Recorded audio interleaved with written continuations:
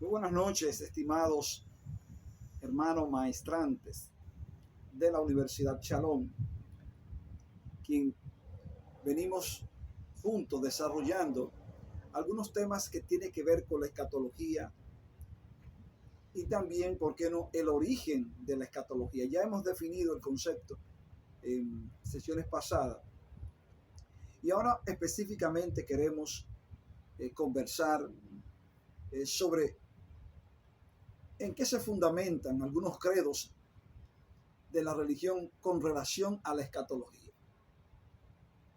¿Cuál es el origen de esas creencias que nos explican el origen o los orígenes de del mundo, del cosmos y de su transformación también? Entonces, hay una serie de preguntas que nos hacemos y que obviamente los teólogos, los escatólogos, están llamados a responder. Nosotros aspiramos a dar algunas respuestas sobre ese particular y nos vamos a auxiliar de algunas fuentes históricas que nos ayudarían en este enfoque de lo que podría ser un enfoque protoescatológico, porque ya hay diversas teorías de la interpretación de la escatología modernas desde los años 60. Ya venimos escuchando, pero qué bueno es volver atrás y ver qué pensaban las civilizaciones antiguas sobre este particular. Hay que tomar en cuenta que el punto de la explicación más detallada las encontramos en el Apocalipsis de Juan, ese texto que escribiera Juan en el año 99 aproximadamente, y que es el mismo Señor que le obliga a Juan a escribir todas las cosas que van a acontecer en lo porvenir. Entonces, esas creencias apocalípticas no solamente la encontramos en el cristianismo del primer siglo, sino que vemos activos algunas manifestaciones también en civilizaciones antiguas. De manera que juntos podemos nosotros desarrollar este concepto. La escatología apocalíptica en los escritos paganos del periodo verotesamentario, es decir, de ese periodo antes del Antiguo Testamento o próximo al Antiguo Testamento. Y ahí nosotros vamos a ver la escatología zoroastriana, esa escatología persa que la encontramos en los escritos de Zoroastro. Una gran cantidad de eruditos y estudiosos de esta religión persa, la sitúan como antecesora del judaísmo, obviamente también del cristianismo y del islam, y de muchas otras tradiciones religiosas monoteístas, dualistas del espacio que extiende desde la meseta iraní hasta el Imperio Romano. Es decir, aceptan un dictamen tan contundente sobre la influencia que tuvo esta religión y esta postura escatológica. Estamos hablando del madeísmo 2000 o 3000 años antes de Cristo. Y encontramos entonces el zoroastrismo, este movimiento o esta creencia religiosa. Es posible que haya tenido su influencia de la religión o del pensamiento judeocristiano. Eso es lo que más se podría entender en este caso. Esa influencia de la religión del judaísmo con el cristianismo. Pero detengámonos lentamente a ver esa mezcolanza o esa mezcla o esa simbiosis entre el judaísmo y lo que podríamos nosotros plantear como el zoroastrismo. Algunos lo vinculan por la presencia que tuvo Israel ya en la cautividad, que la conocemos, ¿verdad? Y que de una manera u otra se pudieron vincular esas religiones. Obviamente, conocemos que así como las culturas se prestan términos, prácticas, también en la parte religiosa se hacen prácticas, se producen simbiosis, préstamos de puntos de vista religiosos, y de una manera u otra el extranjero, cuando está en tierras ajenas, para buscar que se le dé una mayor, que se le dé respeto, en este caso, que se le respete, lo que hace es que trata de adecuar sus pensamientos religiosos a los pensamientos del lugar que están. Y en este caso, si son esclavos, ya conocemos las circunstancias. El esclavo trata de adentrarse lo más que pueda a esa civilización que lo ha tomado como esclavo y que al cual le debe la existencia prácticamente. Es obvio que estas religiones, tanto el judaísmo como otras, pero específicamente el zoroastrismo, aparecen muy claramente en los conceptos del mesianismo, algo que ya lo habíamos visto en Isaías, en Zacarías, en Joel y en Malaquías. También aparece la figura del mesianismo, la persona que viene a redimir, la persona que viene a producir un cambio, una transformación. Y encontramos esta figura en el zoroastrismo. También la figura de ese mesianismo, pero otros elementos que también se suman, como el juicio final, la victoria del bien sobre el mal. Y ahí todos sabemos ese dualismo del madeísmo, del zoroastrismo, de esa lucha permanente entre el bien y el mal. Entonces, esta figura mesiánica aparece para poner fin a esta lucha del bien sobre el mal, y al mismo tiempo refuerza ese pensamiento monoteísta. Las principales escrituras de esta religión, del zoroastrismo, la colección denominada Avesta, fueron escritas en un periodo de tiempo bastante amplio, y los fragmentos que nos han llegado aparecen dichos conceptos sobre todo en una época, si se quiere, aparece en una época sobre todo del postcristianismo. ¿Sí? Ya le dije, se da una situación o una simbiosis religiosa entre el cristianismo o el judeocristianismo. ¿Qué satisfacción otorgará a través de las rojes de tu llamada, oh Mazda? Dame una señal a través del bronce derretido, una señal a través del lago de fuego. Fíjense que son elementos, lago de fuego, que ya en Juan lo veremos en el siglo I, pero ya el madeísmo lo planteaba. Cosas parecidas así. El bronce derretido, una señal a través del lago de fuego, para ambos mundos como indicación. Lago de fuego hace 2000 años.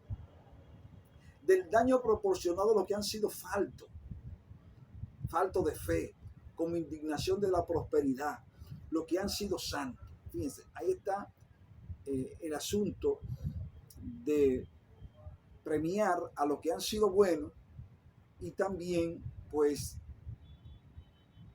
castigar a todo aquello que han sido malos. Este fragmento de los Gathas, la porción más temprana de los Avestas, que se cree que fue escrita por Zoroastro mismo, obtenemos una visión inédita de la responsabilidad moral en lo que los fieles madeanos creían y cómo estaba intrínsecamente ligada a la situación escatológica final del alma. Así que eso es algo intrínseco. Todas las religiones antiguas y más recientes se enfoca en un asunto moral del alma. ¿Dónde irá el alma de los seres humanos, esa parte inmaterial? ¿Dónde irá después de su fallecimiento? Es una preocupación que siempre han manifestado todas las civilizaciones a través de la historia. ¿Dónde irán los malos? ¿Dónde irán los buenos? En el zoroastrismo se enfatiza particularmente la individualidad humana, algo reflejado en la alta adoración ritual colectiva presente en los servicios religiosos. Ese deseo intrínseco que tienen los seres humanos de adorar, lo tienen bastante claro y buscan a través de la religión poder estar en condiciones óptimas al momento de ellos entrar en esa situación post-morti. ¿Cuál será mi situación? Entonces, esto está bien presente en la religión del zoroastrismo y en los textos de Ahura Mazda lo revelan así. Y es Zoroastro que explica que cada hombre será responsable. El zoroastrismo aplica la responsabilidad humana moralmente de cada una de las decisiones que toma, ya fuesen buenas o fuesen malas. Ya hay una responsabilidad que lo va a conducir a un lugar de paz o a un lugar de tormento. Ya hablábamos que en el madeísmo se habla de un lago de fuego. Estamos hablando 2000 o 1500 años antes de Cristo. San Juan en el Apocalipsis ni pensaba aún nacer y ya esas civilizaciones hablaban de un castigo a las personas que se portaban mal y una bendición o unos beneficios espirituales a las personas que se portaban bien. Y sigue ampliando estos conceptos que cada palabra, estamos hablando del madeísmo, ¿no? Y el Ahura Mazda, que cada palabra, que cada pensamiento y obra será puesta en un profundo escrutinio en el momento del juicio final. Eso es muy parecido a lo que vimos en el libro de los muertos de los egipcios. Ese gran tribunal dirigido por Osiris y por otros grupos o tipos religiosos, ¿no? Esa trilogía religiosa donde se juzga a los muertos. Muy parecido, ¿no? Ese juicio final es permanentemente reiterativo en cada una de las civilizaciones antiguas. Y lo que tiene que ver con la escatología personal, el destino de los muertos, el destino de los vivos que han andado incorrectamente, el destino de los vivos que han andado correctamente. Entonces lo vemos prácticamente aquí bastante bien definido, ¿no? Cuando habla que por cada palabra, por cada pensamiento, la persona será puesta en un escrutinio en el momento del juicio final. El juicio será favorable, dice el madeísmo. Dice el madeísmo, el juicio será favorable para las personas que hayan seguido durante vida terrestre, la vida en esta tierra, perdón, y que hayan seguido el Asha, que es el orden o la ley cósmica de la justicia y de la verdad, y que fue establecido por Ahura Mazda, los tres caminos según el madeísmo, para que las personas puedan alcanzar, ¿no? los beneficios de la vida futura después de la muerte, son las siguientes. Humata, buenos pensamientos. El que tiene buenos pensamientos va a alcanzar los beneficios después de la muerte. Hutat, buenas palabras. Ubashata, buenas obras. Casi en todas las religiones se sobresalta esos principios, tanto en el judaísmo como en el cristianismo. Pero en el cristianismo es específicamente donde más fuerza tienen esos conceptos de tener buenos pensamientos, buenas palabras, no ofender a su semejante y sobre todo buenas obras. En otras palabras, podríamos decir que el Ashá son las que hacen el bien por hacerlo y no por esperar ninguna recompensa. Por ello, tal como afirma Hashem Bohu, una de las principales oraciones del Zoroastro o Zoroastriana, el Ashá es el mejor de todos los bienes. También es felicidad. Dichoso el hombre que lo hace todo por amor a la santidad, haciendo el bien sin esperar ningún beneficio a cambio. El hombre experimenta el máximo para ello. En 7 hipotasis divinos, ellos plantean experta, Mayu, mentalidad sana, Bohu, Manab, buena intención, Hasha, Bahishat, la verdad y justicia, y Shatra, Vaya, el autocontrol. Todos esos elementos los vemos explícitamente en las Sagradas Escrituras. Dicho de otra manera, porque como hemos dicho, estamos viendo la causa que llevan al alma o a la persona después de la muerte a un lugar de paz. Las cosas que las personas tienen que hacer y que tienen que practicar. Está el Urbanat, que es la plenitud, Amenatab, la inmortalidad. Estos conceptos es bueno que nosotros lo analicemos, no con el fin de equiparar lo establecido en el cristianismo ni en otras religiones, sino ver hasta qué punto estas religiones podrían coincidir con lo ya establecido en las Sagradas Escrituras, que para nosotros, ¿verdad? Es la que viene a complementar todo eso. Mucho de esto tenemos enfoques sobre la reencarnación, elementos gnósticos primitivos, ¿no? Pero que sin embargo uno lo puede ver y dar su visto bueno en este caso. De manera que se habla también no de todas estas verdades, estas cualidades que deben de tener la gente que va al lugar de la felicidad, ¿no? Sino también donde habitarán los pecadores, que ese es otro punto. Es importante que nosotros veamos, cuando hablamos del mesianismo, en el zoroastrismo, que aparece el mesianismo, aparece la figura o la persona de Saohayan. ¿Quién es Saohayan? ¿Quién es este personaje del madeísmo, Saohayan?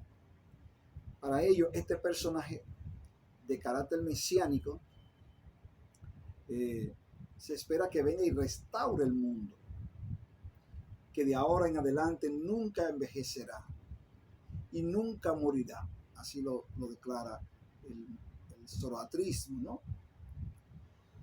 Este personaje que es importante que lo estudiemos, es importante que veamos, no con fines salvíficos, pero sí con fines históricos, ¿no? Que pudieran reforzar el cristianismo o el enfoque del cristianismo. Este Saohayan va a restaurar todo, las cosas nunca decaerán, no se pudrirán, siempre vivirán y siempre aumentarán a merced de su deseo. Cuando los muertos resucitarán, aquí se habla ya de la resurrección, que para algunos podría ser reencarnación, pero estrictamente plantea el concepto de que los muertos resucitarán cuando venga la vida y la inmortalidad y el mundo.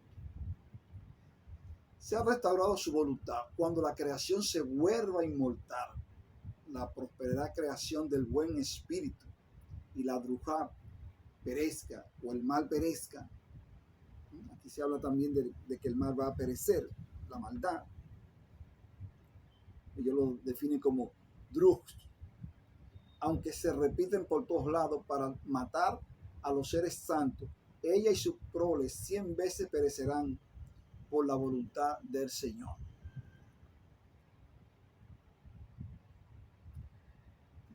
Es obvio que no podemos hablar de la escatología zoroastrista sin mencionar la figura, como ya les planteé, de Saohiyán, o portador del bien. Saohiyán, así es, el Mesías en el madeísmo. Ese es el nombre que se le da. Saohiyán, portador del bien. En un texto más desarrollado de Avesta Mazda, es una figura mesiánica acompañada de Frauqueretti o Frashoretti al juicio final. Inicialmente este título fue aplicado a varias figuras portadoras del bien, incluido el profeta Zoroastro, quien nos encontramos en este breve fragmento, se encuentra en este breve fragmento de la Avesta, un joven que describe el rol que el Mesías tendrá en su vida futura, ¿no?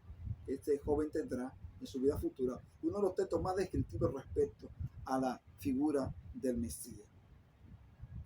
Podemos observar algunas ideas análogas a la concepción mesiánica bíblica que vinimos planteando al principio.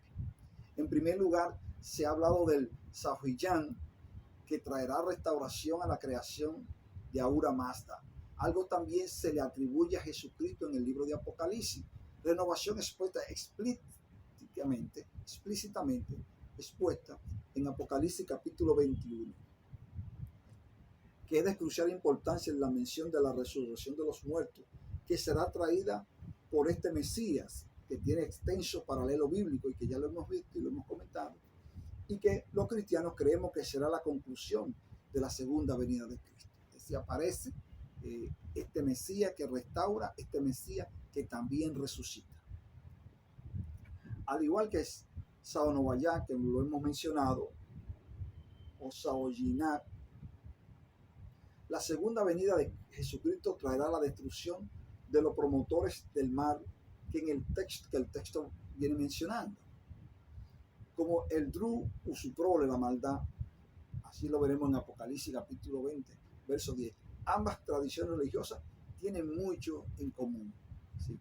Bastante distantes en el tiempo y en el espacio, tienen cosas muy parecidas.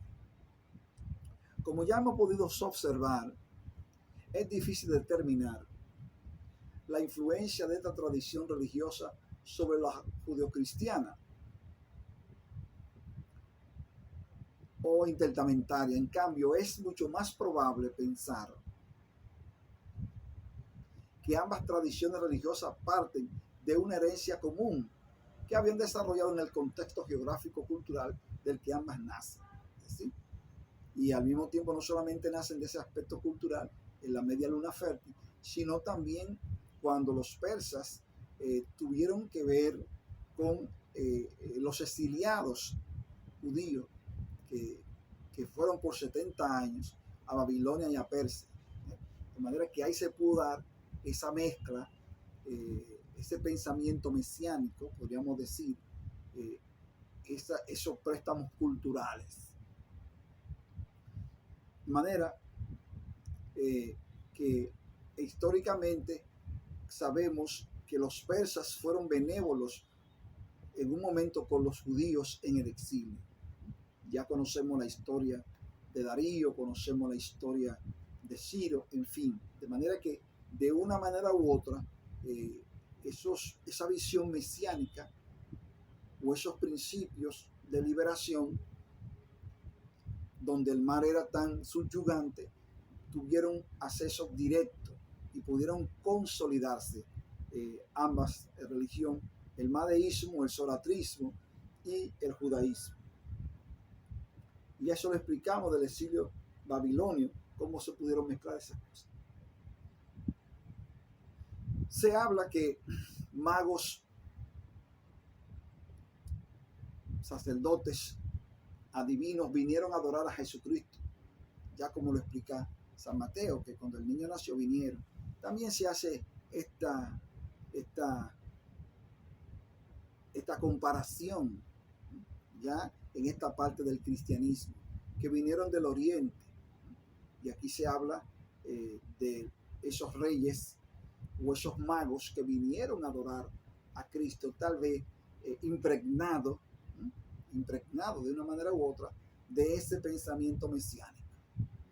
Vinieron a adorar a Cristo, el cual una de las últimas palabras que pronunció estando en la cruz para algunos fueron persas, pero sabemos que Jesús habló en arameo, ¿no? Siendo estos solo unos pocos ejemplos de la aproximación cultural y religiosa entre ambos pueblos. ¿Sí? Vamos a analizar esas últimas palabras, el origen del arameo, ¿sí? Y su vinculación con el hebreo de ese entonces. Entonces ahí podemos ver ligeramente, un paralelismo mesiánico escatológico entre el zoratrismo o el madeísmo y también el judaísmo y posteriormente también con el cristianismo. Lo que nos puede llevar a pensar una tradición común y una esperanza generalizada sobre la escatología que existían en ese espacio geográfico. De una manera u otra, se van a separar a los justos y a los malvados, como ya lo plantea el cristianismo también, y como lo plantea el madeísmo, se van a separar los justos y los injustos. Los justos irán a una morada de armonía y los malvados a la existencia malvada o al infierno. Así lo describe también, o el lugar de tormento o el lago de fuego. Eso lo vemos en el madeísmo, también características muy propias en el libro de Avesta, libro sagrado, ¿no? Vemos características muy particulares que le encontramos también en el cristianismo. También enfoca o plantea que durante 3 días y noches los de la existencia malvada en el cuerpo material y vida material sufrirán castigo en la malvada existencia. Texto del madeísmo, de la Avesta, así lo plantea. Van a sufrir 3 días y 3 noches en un castigo superbo, castigo infernal. Mientras los justos en cuerpo material van al lugar de deleite, la morada de la armonía. Esos 3 días entonces son los hombres cruzarán el río de fuego y se purificarán. Si alguien es justo sentirá aquel fuego como fuera leche caliente, pero si es un pecador sentirá como si caminase por el metal fundido. Eso lo plantea el madeísmo también. Se está hablando de material fundido para los malos y se está hablando de un lugar de paz, de tranquilidad, de armonía para los buenos. De manera que vemos esta situación no solamente explicada desde la Biblia, que siempre ha sido combatida, ¿no? Pero no solamente desde la Biblia. Parece intuirse o se puede corregir de una forma o de una pregunta, ¿cómo es la recompensa y el castigo final, puesto que no estamos en una decisión final, ya que se menciona los 3 días? Sí, tal vez no es como nosotros lo planteamos, que es eterno, sino que el madeísmo plantea que son 3 días. Lo que de verdad nos resulta relevante, ¿verdad? Y nos llama profundamente la atención, es el hecho que la última parte del fragmento encontrado, que alude a una creencia que avanzaremos más adelante, pero que podemos resumir en pocas palabras. Tanto la recompensa escatológica como los tormentos se originan en una misma fuente, Lo mismo, la presencia de Dios, y ahí lo explica bastante bien, la presencia de Dios es la que causará tanto el dolor eterno como la felicidad, siendo estos estados lo que se encuentran el hombre y no los lugares. Importante. Dios es el que ejecuta, el que permite ese dolor en los hombres, aunque en el madeísmo no se plantea prácticamente que haya un lugar físico. Queremos cerrar esta humilde reflexión con un fragmento de una obra escrita mayoritariamente en el principio de la Edad Media persa, la Edad Media persa. Si bien refleja el desarrollo doctrinal, las enseñanzas mucho más maduro, y fue escrita en una época en la que el contacto entre el zoroastrismo y el cristianismo era innegable. Si de una manera u otra se mezcló ya en esa parte baja de la historia de los persas con el cristianismo. Era innegable que se dio todo un proceso tanto en el Antiguo Testamento como en el Nuevo Testamento. Pero en el Nuevo Testamento es que vemos que hay mayor influencia. Es posible que el cristianismo haya sido acogido por los persas, ese cristianismo, y que ellos hayan hecho una traducción, un cambio de las situaciones que ellos tenían escatológicas y las fueron adaptando al cristianismo. Podría darse esa situación. Entonces, hay una obra que refleja la creencia madeísta, mucho más antigua. Si esas creencias fueron recogidas en esta obra, significa que eran aceptadas entre los fieles zoroastrianos. La primera parte del fragmento que hemos citado concuerda, hermanos queridos, concuerda directamente con Mateo 25, verso 46, que tiene una referencia bien explícita con referencia al destino final de cada uno durante el juicio. Cuando vemos estos fragmentos, ya en la época de la Edad Media, de los persas, ya con toda su religión formada, el madeísmo, se comparan los fragmentos y es prácticamente una referencia o citando directamente a San Mateo, capítulo 25, verso 46. Muy bien. De manera que hemos terminado este breve fragmento haciendo un análisis escatológico desde una óptica del madeísmo o del zoroastrismo y su vinculación a la distancia con los escritos veterotestamentarios y también con el cristianismo. De mi parte, queridos hermanos maestrantes, ha sido un honor compartir con ustedes este tiempo y esperamos que le haya sido de mucho provecho.